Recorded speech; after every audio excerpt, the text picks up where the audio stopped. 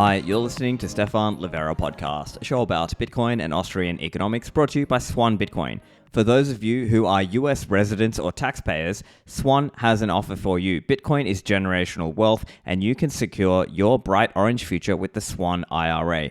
Real Bitcoin, no taxes. Swan offers both traditional and Roth options to best fit your needs. So create your IRA and start adding Bitcoin in less than 1 minute. Transfers and rollovers are available. Swan's Bitcoin experts will get you set up with no transfer fees and no minimum balance requirements. This is real Bitcoin, not an ETF or other derivative. Get the real thing and get it at Swan. Go to swan.com/IRA for details.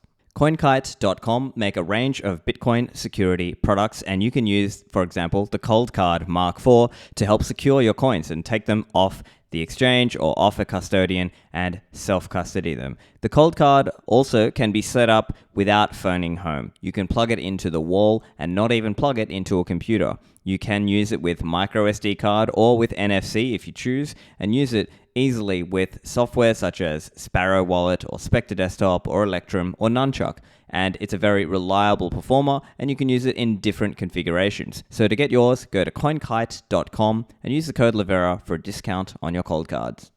When it comes to viewing Bitcoin blockchain transactions, mempool.space is the leading block explorer. It shows a fully fledged multi-layer ecosystem that Bitcoin has. You can see the mempool, you can see the blockchain, you can see second layer networks like the Lightning Network. And with mempool.space, you don't have to trust a third party. It's free and open source, you can host it yourself, and if you are with an enterprise, mempool.space has custom mempool instances with your company's branding. You can have increased API limits, as well as put in special feature requests with the team. They are continually innovating and advancing forward. So go to mempool.space/enterprise. So for today's episode, my friend Pierre Rochard rejoins me on the show, and we're talking about disinformation in a recent New York Times piece where they have a range of factual errors as well as a particular narrative and axe that they have to grind. And so here's my discussion with Pierre. Pierre, welcome back to the show. Thanks for having me on, Stephan. Happy to be here. So lots of things going on, and obviously this there is a very vicious and hateful propaganda blog website known as the New York Times, who have put out a piece that is quite objectionable. So do you want to just open up and give us a few of your high-level thoughts on this blog article?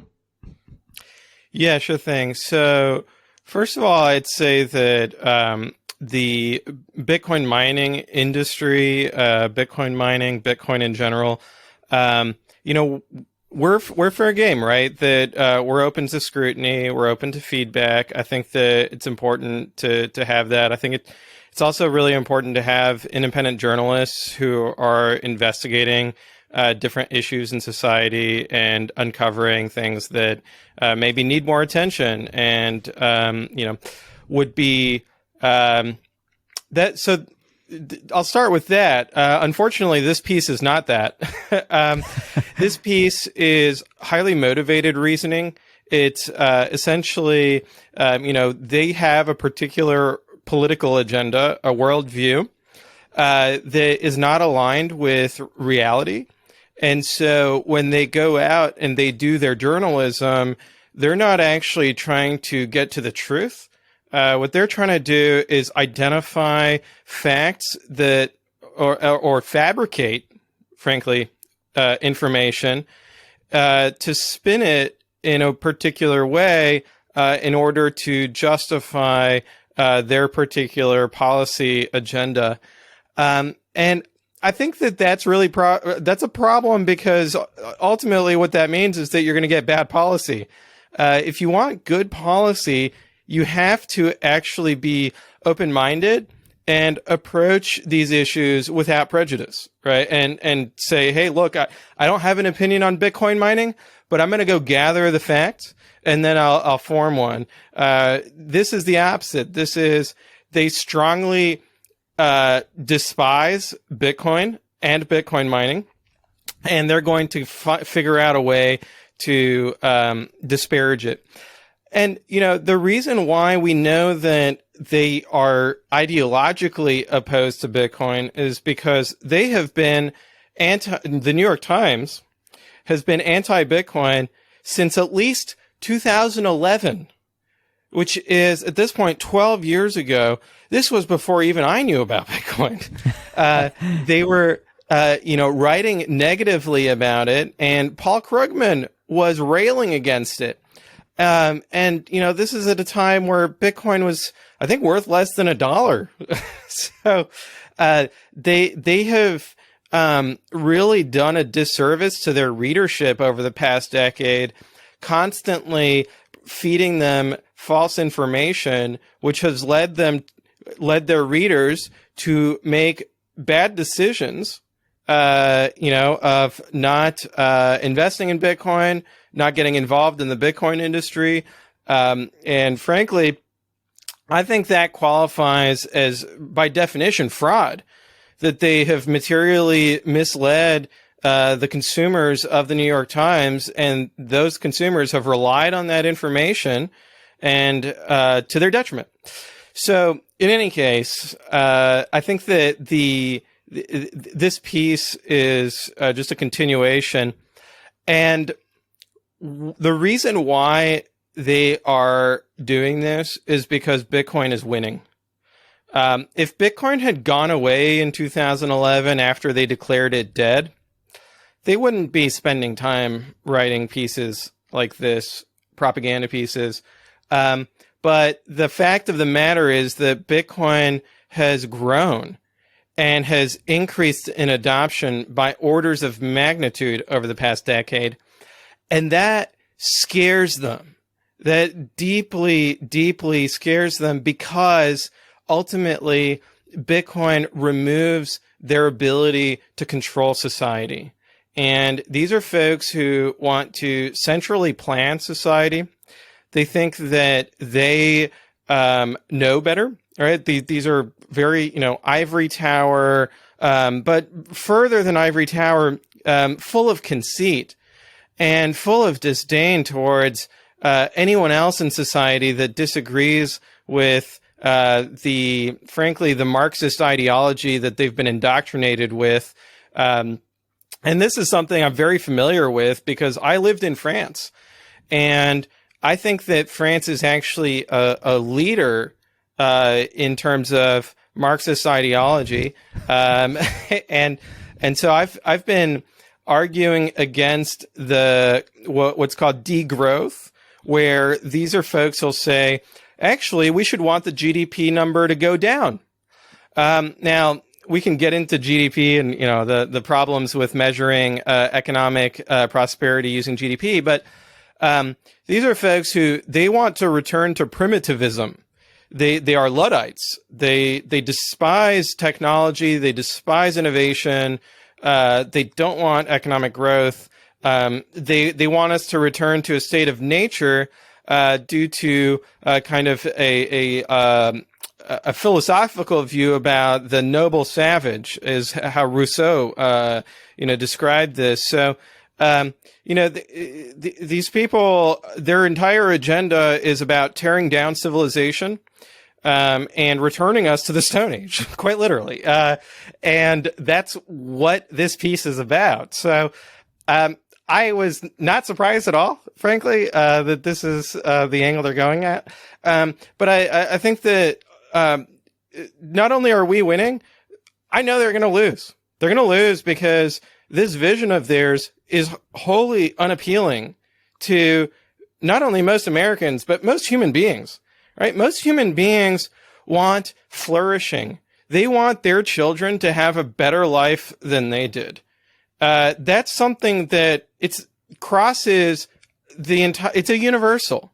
It's not about United States versus the world. It's not about conservatives versus liberals, Democrats versus Republicans. Everyone wants to increase their quality of life, their living standards, and we might have disagreements about how to do that, but that's the direction we want to go in. The folks that are on kind of this radical anti-civilization agenda, they don't have children, first of all, so they might have pets. Some of them have cats, others dogs, but they are anti-children. and they are anti-progress, despite some of them calling themselves progressives. And I have progressive friends who also are opposed to this degrowth agenda, this anti-civilization ideology, and so I don't think we should lump them all together. But that's my opening tirade. Yeah, sure. And I think, as you rightly say, now there are factual errors in this piece also, as you said, even things like the suburb name, just basic straight facts are wrong, but it's not just the facts that they're getting wrong, it's also the slant, right? Now, I've heard people explain it that, I think Michael Mellis said it this way. He said sometimes these corporate media outlets, they are factual but not truthful, right? They give you this slant in a way that, as you were saying, it belies or it reveals their underlying ideology. And so, as we can see in the piece, they talk about things and they cite climate scammer style experts, right? The kinds of people who are saying, oh, we, quote unquote, need to rapidly cut fossil power, right? Like, this is the kind of narrative that they're coming from, and not understanding or not recognizing the benefits of fossil fuels, obviously, as you and I and many others have been talking about. So do you want to just talk a little bit about some of the errors or some of the slant aspects that we might object to in this New York Times piece? Yeah, so it is riddled with factual inaccuracies. And I know that because I work in the industry. And I work at one of the companies that they are really targeting with this piece. And it's just astonishing to us that they are misrepresenting or just inaccurate numbers. And these are financial numbers. And so it raises the question of, where is Gary Gensler? Because the New York Times is committing accounting fraud, and they are materially misleading the investing public. And that, I think, is cause for investigation by the SEC. If they want to take their role seriously in terms of protecting investors, because a lot of these numbers, if they were actually audited by a third party, would not stand up to scrutiny at all. Some of them are off by orders of magnitude. And so I think that here we have a case of journalists trying to essentially communicate financial information and be financial analysts, but they don't know financial accounting. And they don't have the underlying data either.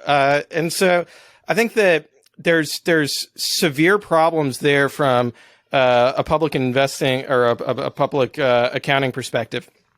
Yeah. Second of all, you mentioned like even small details they got wrong, and I don't consider these details. I take this very. I think this is a really critical point. The first sentence in their piece says that they first of all, they have a picture of a decommissioned aluminum smelting plant and coal plant. And this facility was decommissioned decades ago due to the fact that the United States has been exporting dollars instead of exporting aluminum. And so this plant is really a symbol of our hollowed out manufacturing and raw materials base that has destroyed rural economies due to the money printing happening in New York City and Washington, D.C. And so that's point number one. Two, the journalist, quote unquote, applied a filter to the picture to make it look like there is smog. There's no smog in this part of Texas because there's no air pollution because the facility has been closed for decades. So they applied this filter to the picture to make it look like there's tremendous pollution in this area. Meanwhile, if you go out there, it's beautiful blue Texas skies. There's no smog there. And so it is very, very well crafted disinformation. It reminds me of when the New York Times spread disinformation about weapons of mass destruction in Iraq and helped George W. Bush, justify the invasion of Iraq, which led to the death of, I believe, 1 million Iraqis. The New York Times has tremendous blood on its hands through this kind of misinformation. So this is really par for the course for them. I mean, they were also spreading misinformation about the Soviet Union during the Cold War. They were talking about how great the Soviet Union is and all that. So same thing with the Chinese Communist Party. I mean, these people have a long track record of being opposed to Western civilization. Anyway, small digression there. Yeah. The other point about this picture is that the caption under it says that this is Rockland, Texas. It's not Rockland, Texas. It's Rockdale, Texas. And that might seem like a small detail, but look, if you're trying to establish yourself as the paper of record, as the most credible source of information on this topic, how about you get basic facts right in the first sentence of your article rather than getting the wrong city? And I think that it's really about the fact that these New York Times journalists, these reporters, they didn't come to Rockdale. They didn't come down and talk with the people of Rockdale.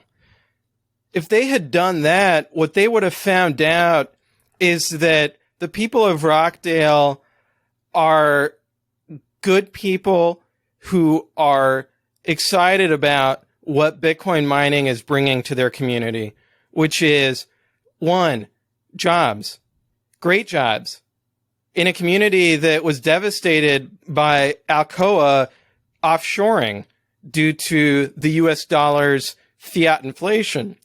So these people, one, the good people of Rockdale are getting great jobs.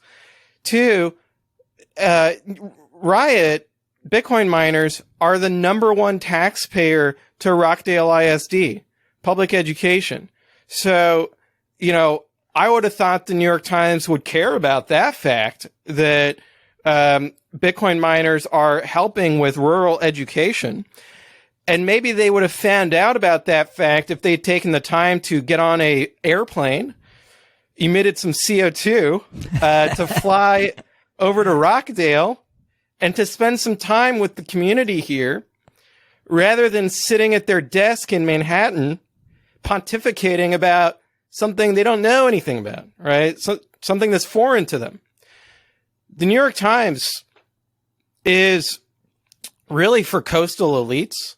They despise rural America, and they would never go to rural America because rural America represents everything that is wrong with the United States in their twisted worldview. So, the fact that they got the city's name wrong just reflects how little involvement they had in tangible involvement, right? Of coming here on the ground, doing the reporting, talking with folks, finding out that this county, Milam County, has record sales tax revenue thanks to Bitcoin miners revitalizing economic development in rural America. And so, it starts from there, but throughout the piece, there are factual inaccuracies, there's spin, and then there's simulations, okay, of, first of all, on the carbon emissions. So it should be obvious to everyone that Bitcoin mining has zero carbon emissions. It's a computer, right? These are servers in data centers. So really what they're talking about is carbon emissions from natural gas power plants, coal-fired power plants, and those carbon emissions, at the end of the day, they are not from mining Bitcoin. They are from producing electricity. So it's extremely dishonest to say that Bitcoin mining has carbon emissions. It doesn't. Bitcoin mining is fully electrified, just like Tesla's.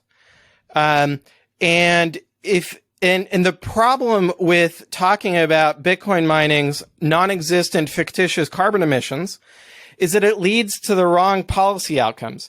Because let's take it for granted. Let's just assume, okay, we want to reduce carbon emissions, right? Let's just take that at face value. Obviously, massive debate around this. Love Alex Epstein and his work in this area, but let's just zoom in on that. It would be a disaster if public policy focused on Bitcoin miners and trying to reduce carbon emissions from Bitcoin miners because they're already at zero, rather than focusing on scope 1 carbon emissions that are real and do exist, that are coming out of natural gas power plants and coal-fired power plants.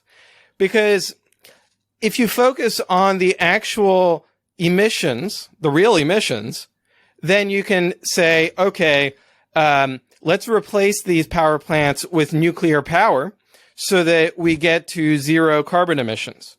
That would make sense if you're trying to reduce carbon emissions, that you would, and that New York Times would write an article about natural gas power plants and coal-fired power plants and how much they are emitting in CO2.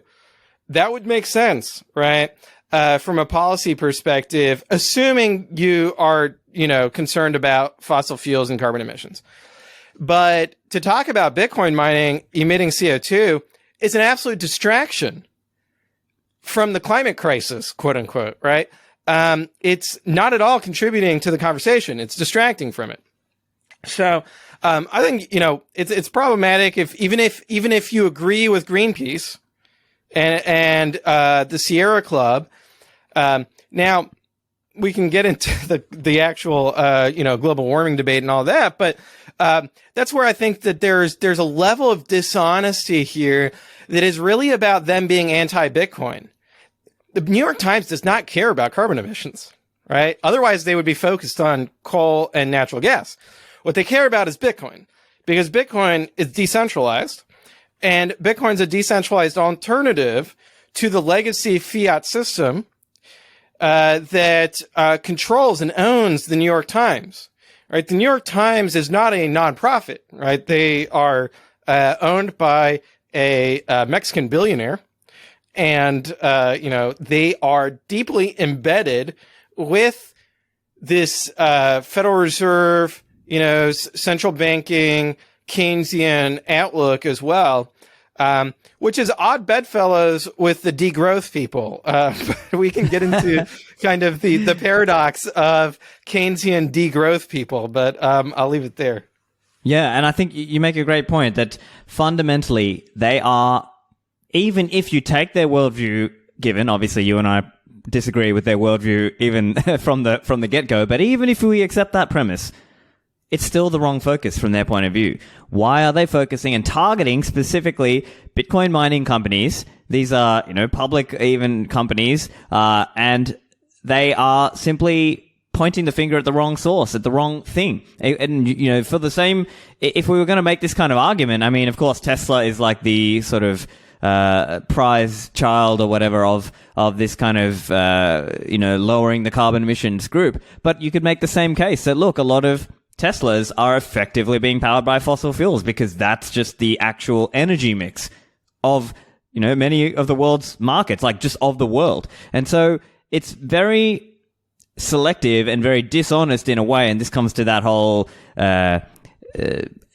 narrative, right? These people see their role as clearly policing a narrative and enforcing a certain narrative. And that's where obviously I think Bitcoiners who care about honesty should be out there trying to speak about the truth and trying to correct the lies of these kinds of hate blogs. And we should talk a little bit about some of the different programs that they get into as part of this article, because as part of this article, they talk about demand response programs. So maybe that's something you could help explain for listeners a little bit about, from a Bitcoin miner's perspective, what is a demand response program? Why do Bitcoin miners engage in this program? And then let's compare that with the treatment given in this New York Times article. Yeah, so I'd love to get into demand response because this is something that has a lot of layers, complexity, and nuance that thankfully we're on a podcast where we have the time to unpack this and get into the details because, what I love about your audience, Stephan, is that they're intelligent, and so they can follow this. So demand response fundamentally is about demand responding to price and to the incentives that they are faced with. So I think that's the first point, is that we're talking about companies that are for profit. And the New York Times has animus towards any company that is for profit other than the New York Times, right? The New York Times is for profit. They publish clickbait in order to maximize their revenues, right? Not to get at the truth, to maximize their revenues. They, they publish false information to get clicks and to get advertising revenue. So, they don't investigate themselves, obviously. But if they did, they would find some problems there. Now, the companies that are for profit in the electricity market, they are responding to incentives. So on one hand, you have Bitcoin miners who ultimately, because of where we're at in the mining cycle, are responsive to the electricity price. So when the electricity price goes up, they find themselves in a situation where their marginal cost of electricity is greater than the marginal revenue of selling hash rate to the Bitcoin network, right? Earning that mining reward from participating in a mining pool. And so when that happens, they turn off. Right, that's the rational economic decision, is when marginal cost is greater than marginal revenue, you turn off. Regardless of your sunk costs, regardless of your fixed costs, right? Now, generally speaking, here in Texas, the price of electricity is less than the marginal revenue of a Bitcoin miner. And so it is profitable to mine Bitcoin most of the time. There are specific points in time during the summer and during the winter when it gets really hot or really cold, when the wind that is contributing, on some days, wind is producing like 30 or 40% of the electricity here in Texas. On other days, when there's zero wind, it's 0%. And that causes periods of time where the price of electricity goes up, and that it is rational for Bitcoin miners to turn off their mining rigs for 1 hour, 2 hours, 3 hours, so that they're not mining at a loss. Okay, so that's one thing. And, in that situation, the miners are not getting paid anything. It's just that they're not incurring the cost of that high electricity price. And that's kind of the first basic scenario, is that you have a miner who is purchasing electricity on the spot market in real time. The second scenario is a Bitcoin miner who has purchased a 10-year PPA, power purchase agreement, which is essentially a fixed rate derivative. It's a hedge where they put up a deposit with the electricity company, with the power producer, and they commit themselves to buying electricity for 10 years at a specific price. And that's a great deal for the electricity producer, because that allows them to then turn around and make investments in electricity production with tremendous confidence that there's going to be demand for at least the next 10 years for this electricity. So, and then on the Bitcoin miner side, it allows them to have confidence that they're going to be paying a fixed electricity bill for the next 10 years. And so they're going to have the supply that they need to run their mining machines. And so it's just a perfectly rational economic contract to enter into for miners, unless you have a view that electricity prices are going to go down over time, which would make sense from the point of, I think it was the Simmons bet of saying over time the cost of commodities goes down, the price of commodities goes down. The Julian Simon and Paul Ehrlich bet, yeah. Correct.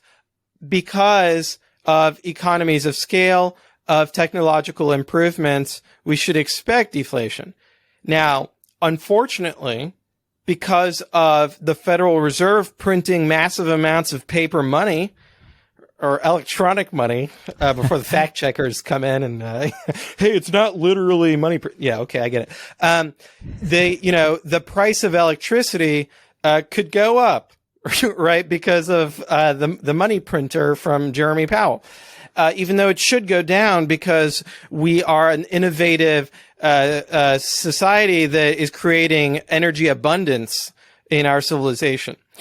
In any case, the price of electricity in Texas, in the short term, it is driven by wind and solar. And obviously at night, there's zero solar. But in the medium term, it's really driven by the price of natural gas. Because if there's not enough wind and not enough sun, we have to turn on natural gas power plants. And so that is the price setting mechanism for electricity in ERCOT is short-term renewables and then medium to long-term price of natural gas.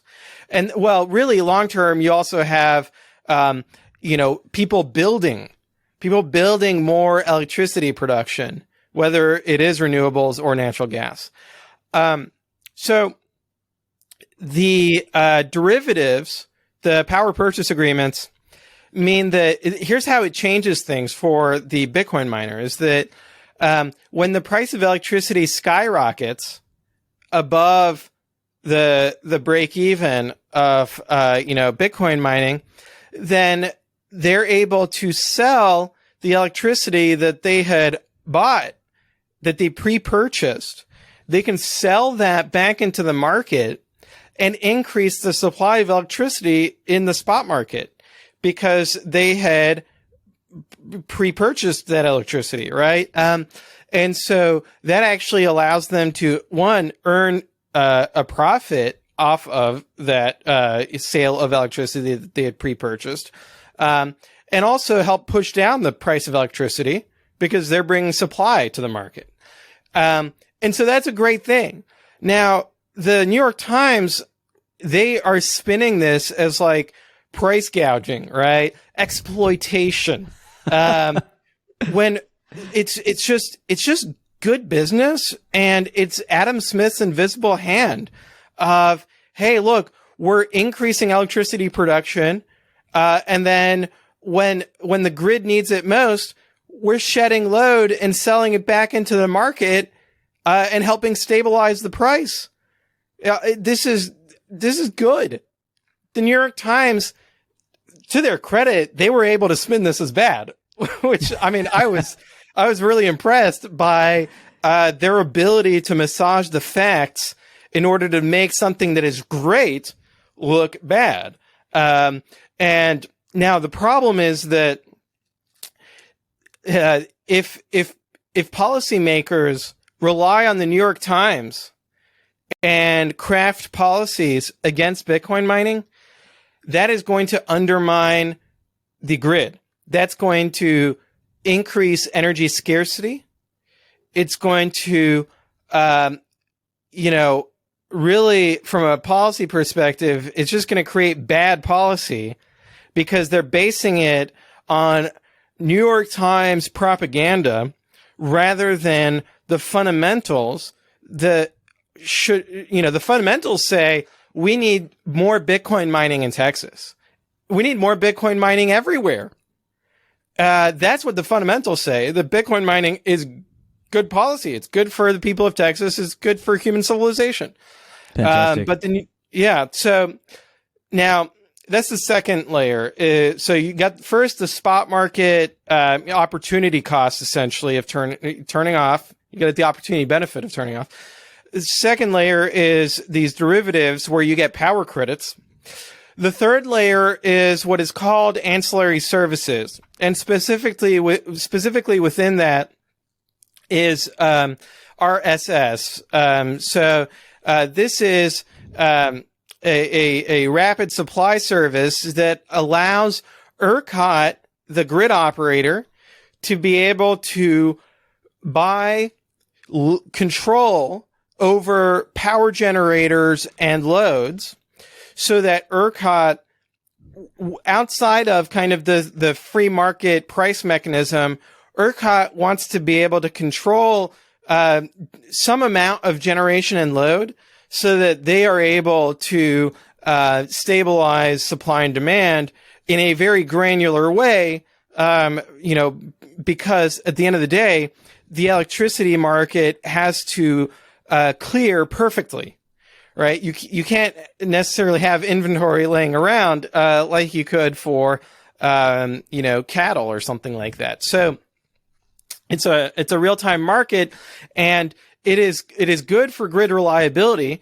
for ERCOT to be able to buy control over load and generation, and it is good for ERCOT if they can have lots of people, lots of loads, different generators bidding into these programs, because the more bidders there are, the lower the cost is for these ancillary services.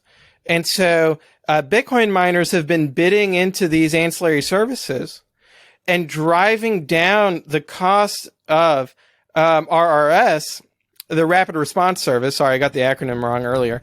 And that is good for ERCOT, and it's good for Texas electricity ratepayers, because those ratepayers are the ones who ultimately the cost gets passed on to. And so this New York Times article, again, they were able to spin this as a negative. Bitcoin miners are helping reduce the cost of buying reliability for ERCOT. The New York Times thinks that's horrible, because ERCOT is paying, and frankly, these numbers were the most inflated numbers. And the reason these numbers were highly inflated is because New York Times, whether it's because they were deliberately malicious or because they're incompetent, they conflated number 2 and number 3, which are the power credits from hedging and the ERCOT ancillary services revenues and the payments for those services. And so the reason that the New York Times was conflating those, if it was malicious, I'm assuming that they're not stupid, was that the ERCOT payments are small so, relative to the power credits. And so maybe that's why they wanted to make it look like that Bitcoin miners are somehow exploiting ERCOT, which is just a total fabrication. ERCOT, Bitcoin miners are providing a service to ERCOT that ERCOT is voluntarily buying. I've heard people have philosophical debates about RRS, this rapid response service, and people say, hey, look, it shouldn't exist. It should just be a pure market mechanism of supply and demand. We don't have to get into the philosophical debate there, but the bottom line is that ERCOT wants this program. The Texas legislators want this program.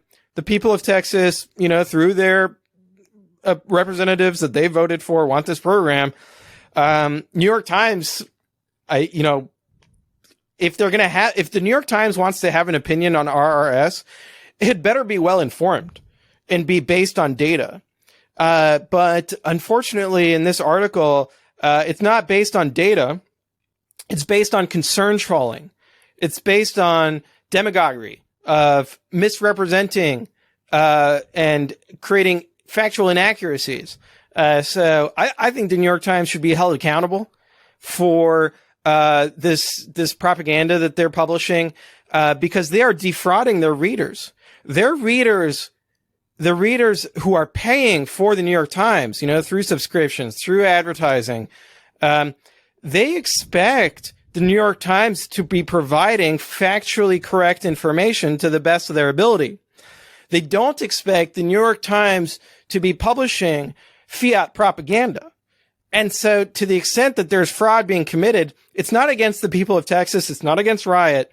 It's against the readers, the people who are paying for the New York Times, who are being defrauded and who should be litigating this, frankly, because it's high time for the New York Times to be held accountable.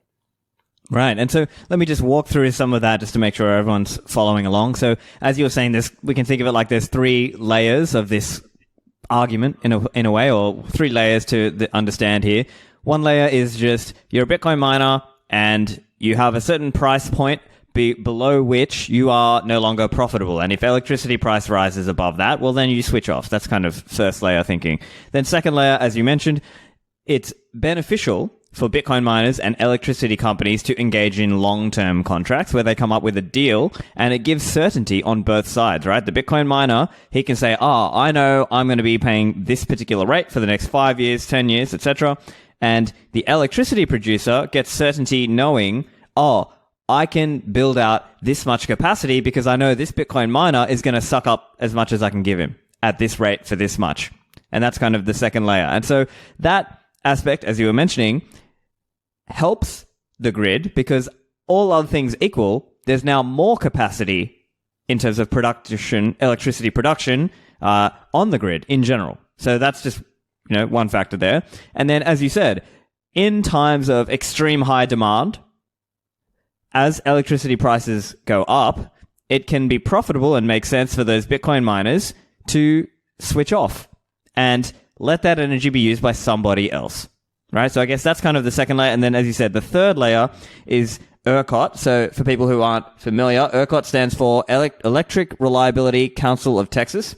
And as you said, they operate this program called RRS, which is another layer of letting electricity be taken by people who really need it at that time, right? Yeah, that's right. Yeah, and so then essentially, as we've walked through, this is fundamentally a good thing for the people of Texas, the people of, just in general, people who want cheap, reliable energy. It's a good thing that these things and these programs exist. And as you said, the New York Times, this fiat propaganda blog, are coming out with this slant that's trying to paint it as though that's somehow a negative and as though it's somehow, propping up fossil fuels. Because at the end of the day, as you mentioned, they see it like the goal is to reduce fossil fuels in any way, shape or form. And they are looking at an industry or people that they can point the finger at and say, look, see, you are propping up fossil fuels. That's right. And they also, the New York Times wants to ban Bitcoin, right? They don't want anybody using Bitcoin, whether it's as a store of value or for payments. And they're looking for every angle possible to get that policy outcome. And if targeting Bitcoin miners with disinformation is, something that is workable, then that's what they're going with. Now, I expect that they're going to try to find more angles, because I don't think that this is going to make a lot of progress, because it's just so obviously false and disingenuous. But, expect the New York Times to come out with articles about how Bitcoin is helping, terrorists, it's helping criminals, money laundering, right? They're going to try to find every way to disparage Bitcoin because it scares them that there would be an asset out there, a monetary network that is outside the control of the Federal Reserve, that is scarce and that empowers people to be able to control their own money without having to rely on a bank, without having to rely on corporations, without having to rely on governments. The New York Times, that is anathema to their worldview.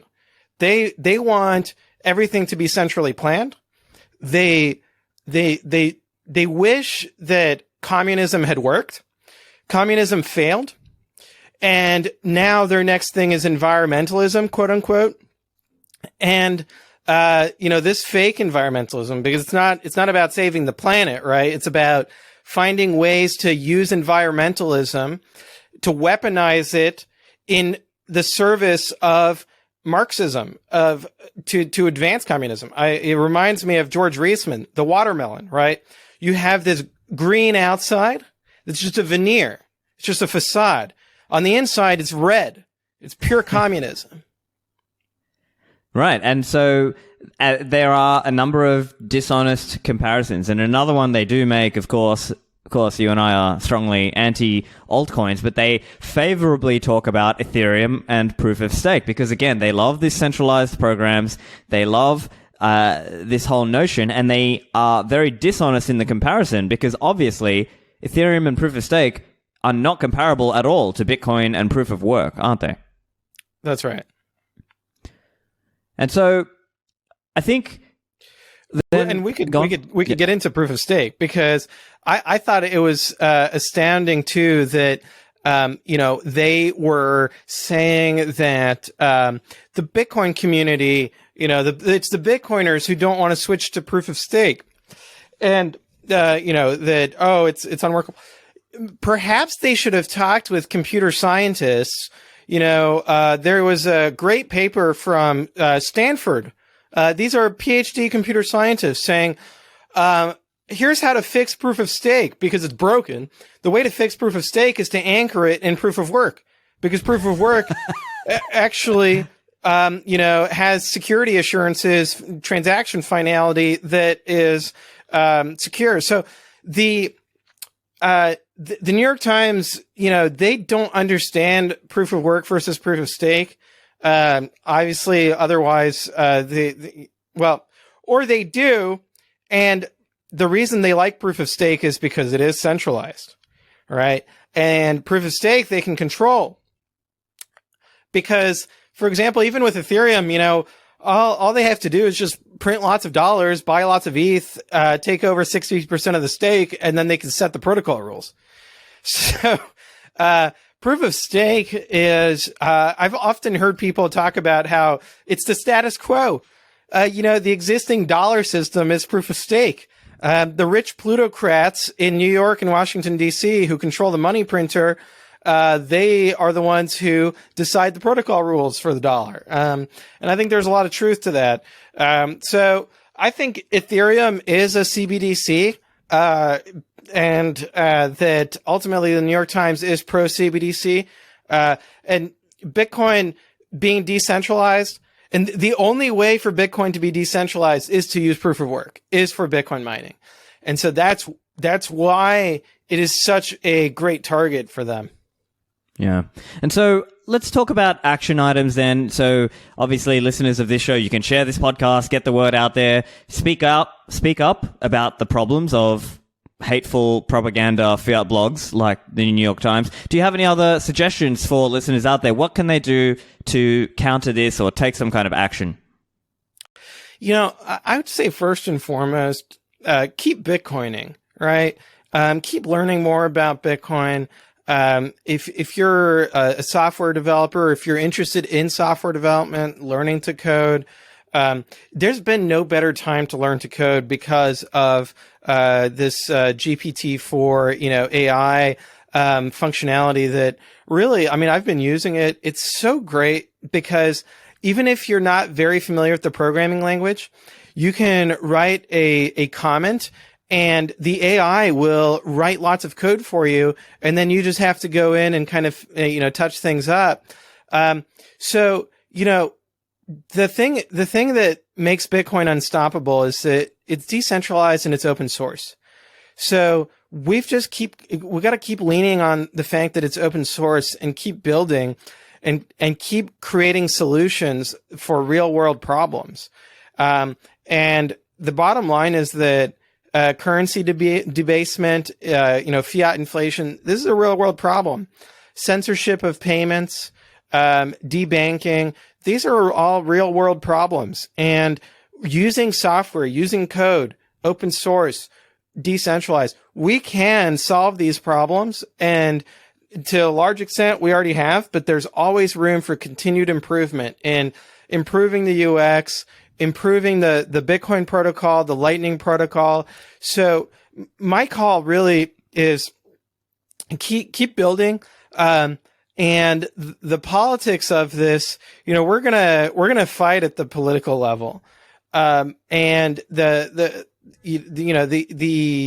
I think that's important as well. But, the most important is to keep building and to keep mining Bitcoin, right? Keep building your data centers, plugging in mining rigs, improving the energy efficiency of Bitcoin mining, by finding stranded energy, by, using immersion cooling technologies, right? This is a nascent industry and we're still very early. So, I say, first of all, keep building. Second of all, keep educating, right? That whether it's your friends or family or, legislators and staff or energy companies, local communities, we need to keep driving understanding and education because the facts are on our side. So as long as we're getting the facts out there, and frankly, the New York Times is spreading disinformation and misleading their readers, but I'm confident that Bitcoiners can counteract that. And third is the political engagement, right? I'm trying to do all three. It's a lot, but on the political engagement side, I was recently in DC. I've been at the Texas Capitol several times over the past week, because a lot of legislators, they want to learn the facts, right? Because they want good policy. They know that if they create bad policy, there's going to be a backlash from the voters. And that come next election, they're going to have Bitcoiners or Bitcoin friendly politicians getting up and making speeches about how, Senator so-and-so, voted for this horrible bill that, the voters, the constituents, who are investing in Bitcoin and who are excited about, this new technology, are, at odds with. And so I think that at the end of the day, despite lots of cynicism about politicians, they want to do the right thing.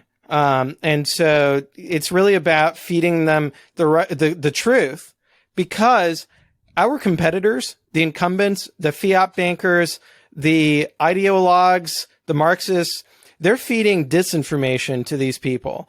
That's to their detriment. So, those are my three calls to action.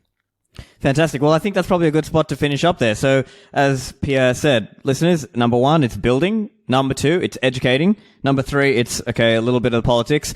Try to speak the truth. And I believe, as you said, Pierre, the truth is on our side, and let's just keep hammering that message out there. So, listeners, make sure you follow Pierre. All the links will be in the show notes. Pierre, thank you for joining me today.